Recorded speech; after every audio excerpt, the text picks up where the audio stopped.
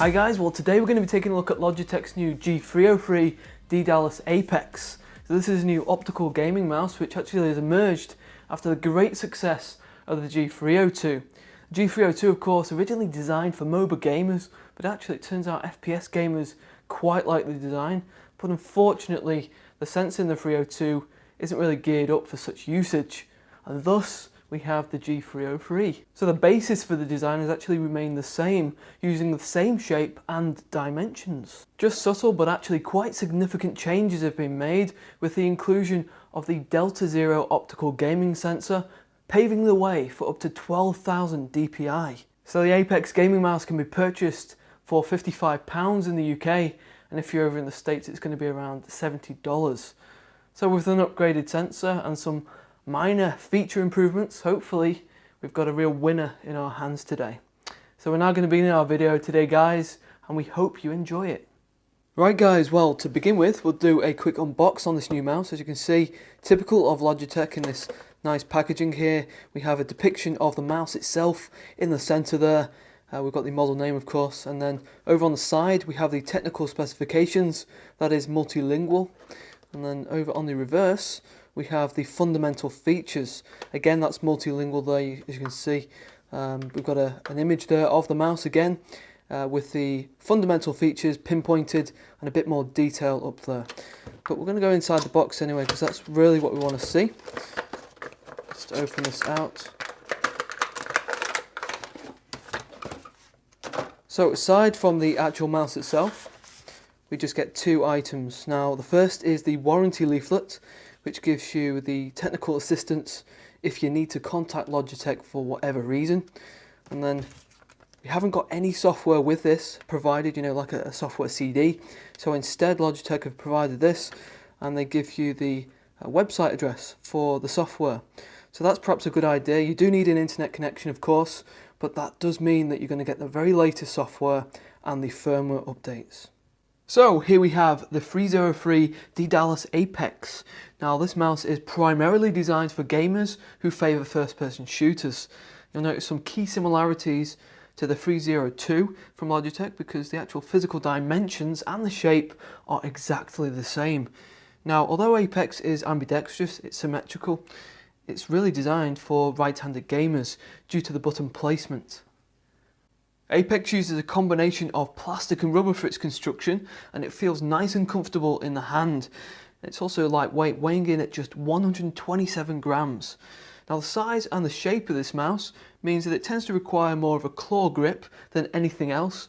You can see that the tail end there narrows and it tapers off. Apex is pretty simple in its design. There are just two buttons which are located where the thumb would typically sit, and those buttons are thin in their design and of course used for the navigation within Windows, and then in games you can obviously configure to whatever command or function you prefer. Now further back from these buttons we have this grid type pattern which, when the mouse is connected to the PC, will emit a colourful glow, and the colour here can be modified using the software which is provided. So there's up to 16.8 million colours available, and a bit later on I'll show you the software and give a bit of a demonstration of this. Each of the buttons on this mouse, by the way, sit above mechanical micro switches which Logitech promise will deliver greater accuracy. And Logitech has given the mandatory left and right buttons some special treatment. Both use a metal spring tensioning system to keep both of those buttons positioned with extreme precision. And then this in turn then reduces pre-travel and any backlash. And those buttons are also rated up to 20 million clicks.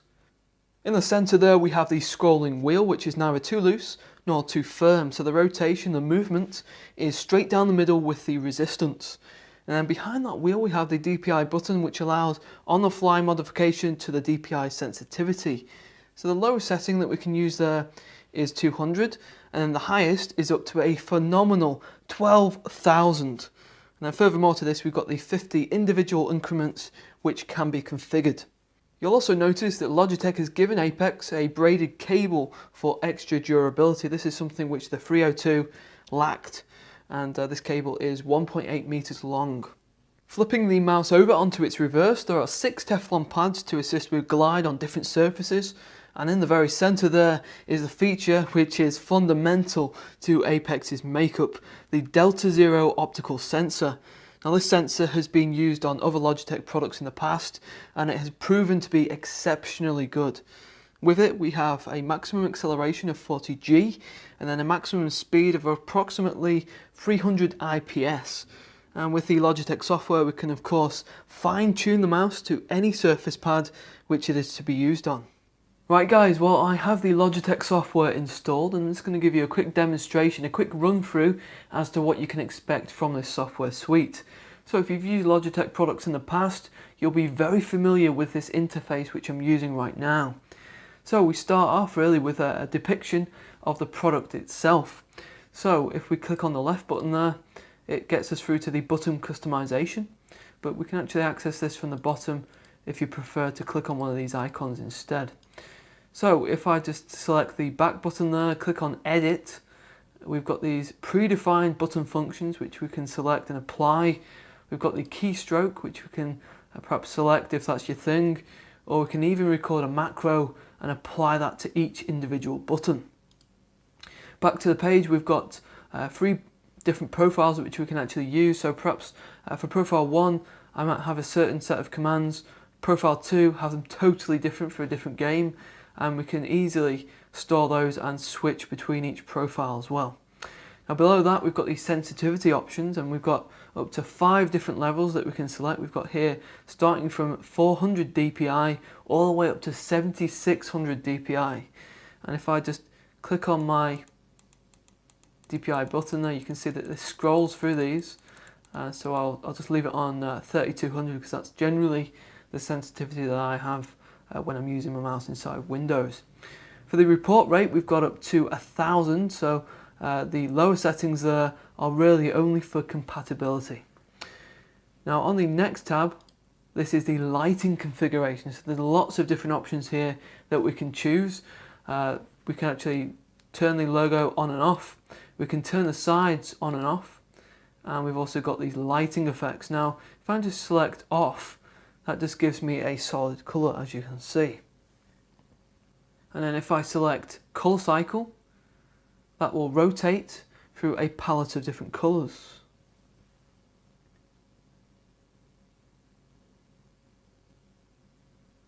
And then if I go to breathing effect, you can see there that I've got green selected and that will breathe. So the logo and the sides are both selected at the moment, but I can actually select to have just the sides breathing and have that green G logo to be solid. And we can also alter the brightness and also the rate at which that breathes, and also change the light, the sleep timer for that.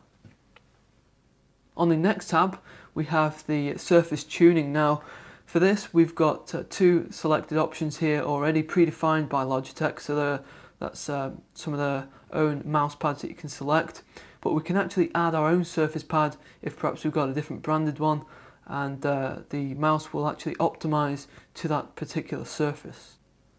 And on this last tab we've got this interesting little feature really. You can see here we've got key duration heat map and we've also got key press heat map. Now this isn't perhaps an essential feature, but nevertheless it is very interesting.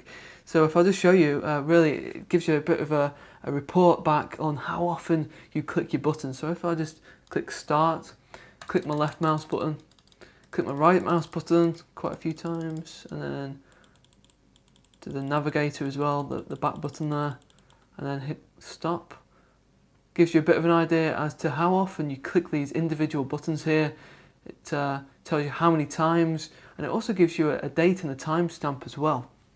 Now if I was to select the duration, it actually tells me how many seconds I've clicked those. So it's quite interesting. Again, not essential, not important as such, but it is quite useful to sort of be given those type of stats. Now on the preference tab there, we've got more advanced settings. As you can see there, we've got some of the more advanced configuration options. You can update the firmware there if that perhaps is something that you want to do if you've got some issues or perhaps some bugs. It's always good to keep your firmware as up to date as possible.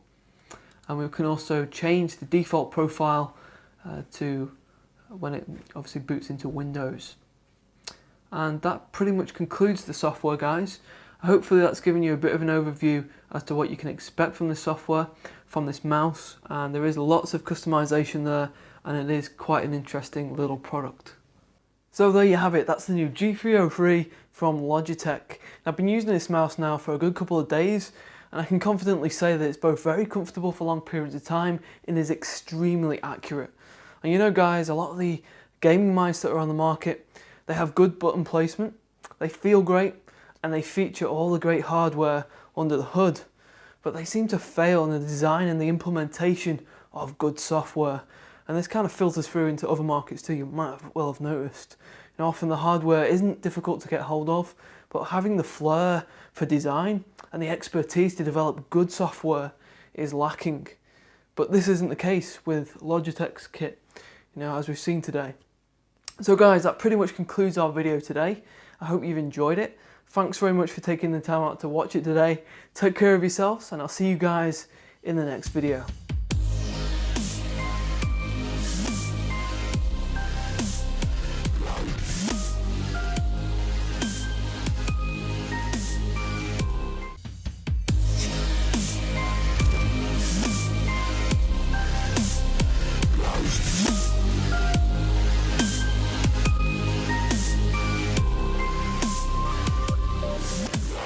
Hi guys, well today we're going to be taking a look at Logitech's new G303 Daedalus Apex. So this is a new optical gaming mouse which actually has emerged after the great success of the G302.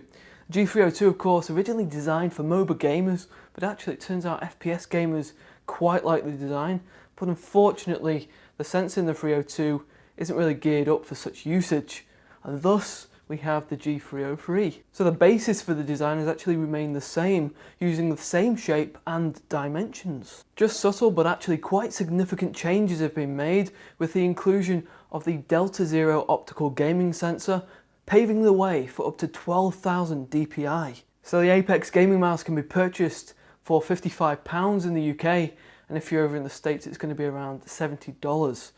So with an upgraded sensor and some minor feature improvements, hopefully